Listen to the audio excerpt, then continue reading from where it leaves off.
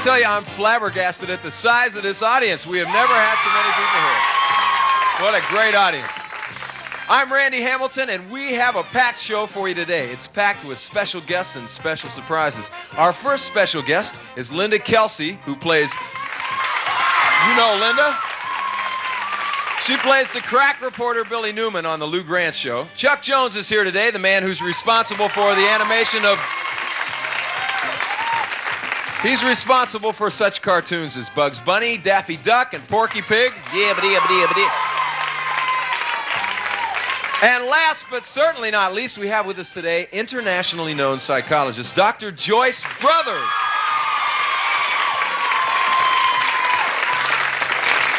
And Dr. Brothers will be answering questions from both parents and teenagers. All that right here on America Goes Bananas. How many of you get a chance to watch the Lou Grant Show? Well, that's good to know. I like to watch that show. I think it's a great show. I'll tell you, today we are really excited about this because one of the stars of that show is here with us. You know her best as Billy, the knockout newspaper reporter who always gets her story. How about a big Bananaz welcome for Linda Kelsey?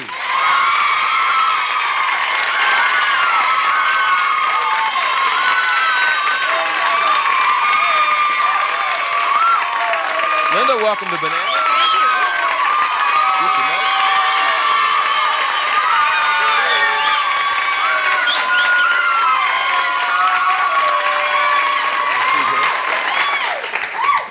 That was a welcome. Have you ever, I'm sure you've been on shows where you get cheers like that before? This is a first. Thank you.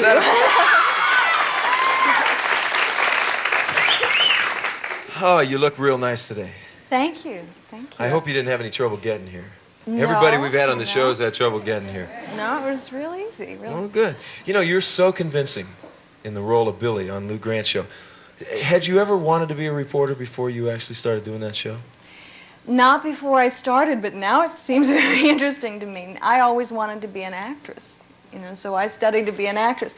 And I'm asked that a lot, you know, did you go to journalism school? You know, how did you end up in this role? But no. What did you have to do in order to prepare yourself for that role? You must have had to go out and really do some on-the-scenes work. Well, yes, I talked to a lot of reporters. I talked to some women who are like Billy Newman. They told me a lot about their lives, you know, also about their work, just about the mechanics of being a reporter. But they told me what it's like to have that kind of life, too. That must have been a lot of fun. Where are you from originally? I'm from Minnesota, St. Paul, Minneapolis. The Twin Cities. Wow. Were there a lot of acting opportunities for you back there? Yes.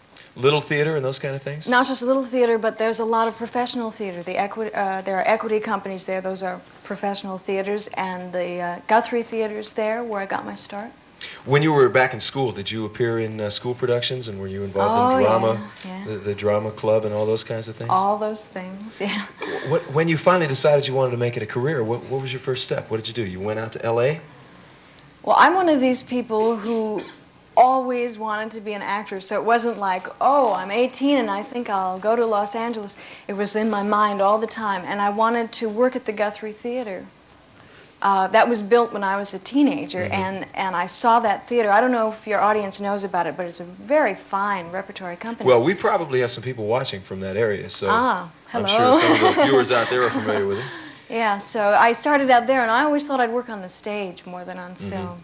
I think a lot of people start out that way. They consider that, some people consider that the true form of the art, working on stage as opposed to doing film or videotape. Did things happen for you right away when you got to California? Oh, no. Things don't ever happen right away, I don't think. I worked as a waitress and as a receptionist, and it was a very humbling experience because I'd played major roles, you know, on the Guthrie stage, and I'd done all these big parts. I came to L.A. and said, here I am, and my first part was I played an accident victim on Emergency. That was my first All right. Did they take you away in an ambulance? Yes. Your grand exit. It was a silent part. I was a little out of it. Was that your first professional acting job then? Well, on film it was, yes, Yeah. and I'd done commercials, I guess you could call that professional. It certainly is. When you heard about the part on the Lou Grant show, did you have a strong feeling that you were going to get the part, or that it was right for you? Yeah, I think that happens. Most actors, you know, they'll say that part had my name on it. Yeah. And in that case, I really felt that they'd be very silly not to take me because I really thought I had something for the part. Yeah. Then how long did you have to wait before they let you know? Boy, that's always a tough time. Well, I had an unusual situation in that I did not know I was reading for a serious part. Mm-hmm. Or running part, I should say, in a series. I thought it was a one-shot part. No one told me when I read. So I just wanted to get this one-time part, and I came home and I said, you know, I think I got it. I did a good reading. And the phone rang about an hour later, and my agent said, they're offering you a series. Wow. And it was like, you know, your life turns around 180 degrees, and you say, oh. So it was a very short time and a very big transition for me. Now, your character, Billy, she's kind of aggressive, and she's kind of outspoken. You know, frequently they kind of refer to the character as being a liberated female, if I may use that cliche. I think Are you she as is. outspoken in real life? In many ways I am, but in a lot of important ways, Billy's a lot braver than I am. She's a lot more forthright. She does things and says things that I don't think I would have the courage to do. That's got to be nice to be able to play a role where you can do things with your personality and do extensions of yourself that in real life you never have the nerve to do. Yeah. Yeah. Do you have any funny stories about that? I'm sure working with Ed Asner and all those crazy people that after a year of... Yeah, we've had 2 seasons now. Yeah, there are some. There was one day I fell out of a car. It wasn't moving. It wasn't moving, No. so it wasn't a dangerous thing. I was doing a scene where I had to... I don't know if you saw it. It was about Vietnam vets, and the animal or photographer was suffering from Vietnam vet syndrome, which is he's suffering from reliving the trauma of war. And I'm watching him take photographs in the distance, and he suddenly crawls on his belly to this very dangerous situation where they're holding a hostage. And I'm supposed to yell, "Animal, animal, stop!" And I yelled, "Animal, stop!" And I fell out of the car. You should be saving a reel of outtakes. That's Well, on the one of the best outtake reel, ones. yes. Yeah. And you hear this little voice. I disappear out of the frame, and you hear me say, "I fell out of the car." Oh, that's great. One of my better moments. What's it like working with Ed Asner? It's a lot like you'd think it would be. He's a lot like Lou Grant in many respects. Everybody says, you know, he's a big teddy bear, isn't he? And he is at times, and other times he's a bit of a grizzly bear, too. He's an amazing man. Now he's one person that to me seems as if I ran into him on the street, he'd be exactly the same kind of person that he is in his character. He is and he isn't. And he doesn't come off to me as a big teddy bear. You know, he has all those sides on the air. Complicated, complex Yeah. person, as we all are. I think he's a bit more sophisticated than Lou Grant. I'd say a lot more sophisticated than Lou Grant in many ways. Now you've got to start awfully early in this business. When you were doing plays, you probably went to rehearsals in the afternoon. You probably worked all night. Now you must get up at 5, 6 o'clock in the morning. What's a day like when you're shooting? I do. I get up at 5:30. I'm very lucky because I live close to the studio, so I don't have to get up at 4 and drive in rush hour to get there. No, there's no rush hour at that time. I take that back. But in Los Angeles, there's a rush hour anytime. Oh, yeah, that's true, Yeah. all the time. And then I get to the studio about 6:30, and we're filming by 8, and we usually finish at 7 or 8, so I work about Makes 12 for a long hours. day. You probably don't have a lot of private life. I do. It's very limited.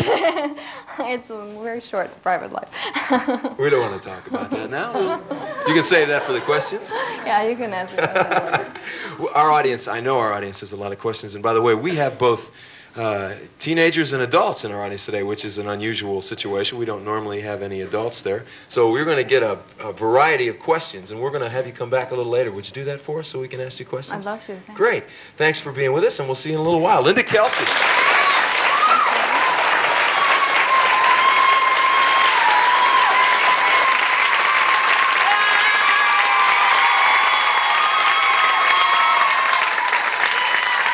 Eddie Money in our concert spotlight singing Love the Way You Love Me. Our next guest has a big interest, believe it or not, in rabbits, roadrunners, pigs, and ducks. No, it's not our friend Jack Hanna from the zoo. It's, nope. It's the creator of many of the wonderful Warner Brothers characters like Bugs Bunny, yeah, Daffy Duck. Let's greet Chuck Jones.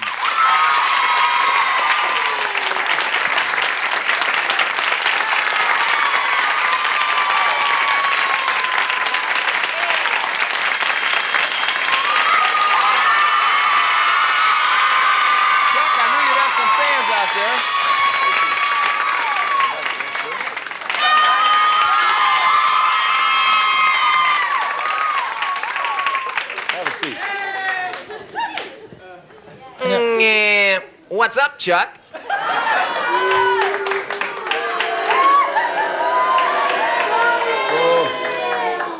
This is the only television show in which you get the courtesy bags, like an airplane. Did you ever notice? Oh, boo. It's Do I ever get the boo on this show? It's astonishing how many sentences end in up, Chuck, isn't it? Yes, it is, especially when you're around. Chuck, for the people who aren't aware, I'm going to lose my guess already. It's not necessary. You don't have to come clear to Columbus to be insulted. I can be insulted. Oh, for the people who, I don't know how to phrase this now. I'm going to insult him again. You like my flower? Yes, I do. One of the girls and her mother got that for me. I thought that was. How come I didn't get one? Well, I imagine you did. We have a flower for you, Chuck. We were just waiting for you to come out. This is Linda Rexroyd. Give her. Thank you.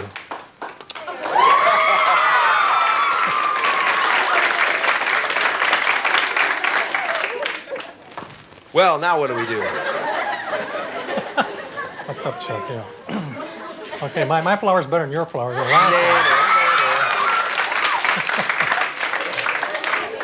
Chuck, for some of the people do you want to get on with the show? I think that would be a good idea. What do you folks think? Okay. Who are some of your creations? Well, I didn't create anything. I mean, God created me. And then he was terribly sorry about it. But well, the characters that came out of our unit, only our unit, were the Roadrunner and Coyote and Pepe Le Pew, the little sexy French skunk.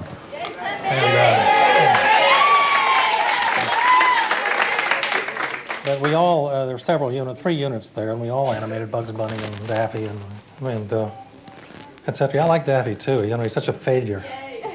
We all admire failures, right? Well, you've done all the characters. You particularly should admire failures. Oh, absolutely.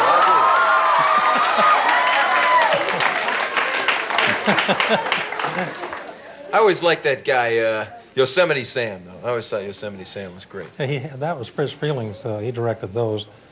I like anybody that hates rabbits. Says, hates rabbits! You know, no other reason. He just hates rabbits. I think that's very appropriate. A lot of your characters and a lot of the characters in the Warner Brothers cartoons, but yours in particular, like people, change over the years. Mm-hmm. How has Bugs changed? Well, one thing, when Bugs was first built, which is long before anybody here was born, he's 40 years old this year.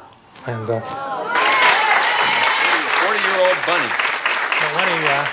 When he first came out in a picture called The Wild Hare, directed by Tex Avery, he stood like this, you see, and had the rabbit, but he was sort of round and kind of ugly and sloppy and stuff. And then it was as he got more confidence and became a different kind of a character, then he could stand up like this, and he put all his weight on one leg. You see, if you're like this, you're afraid you're going to have to go someplace, right? It's like being on the mark.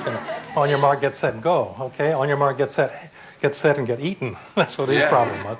So later, when he got confidence, he would walk over like this, and he'd stand with all his weight on one leg and say, "What's up, Doc?" You know, to the guy, whoever it was. But that confidence, that's what you have to try to find out about a character if you live with them a while.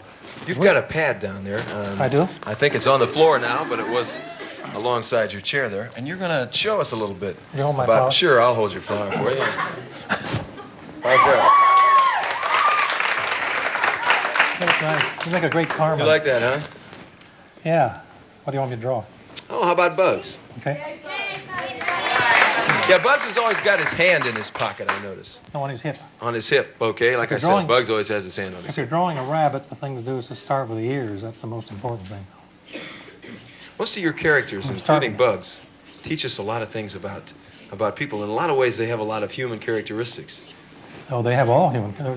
Bugs is a much better human than most humans are. And some people are much better rabbits than he is.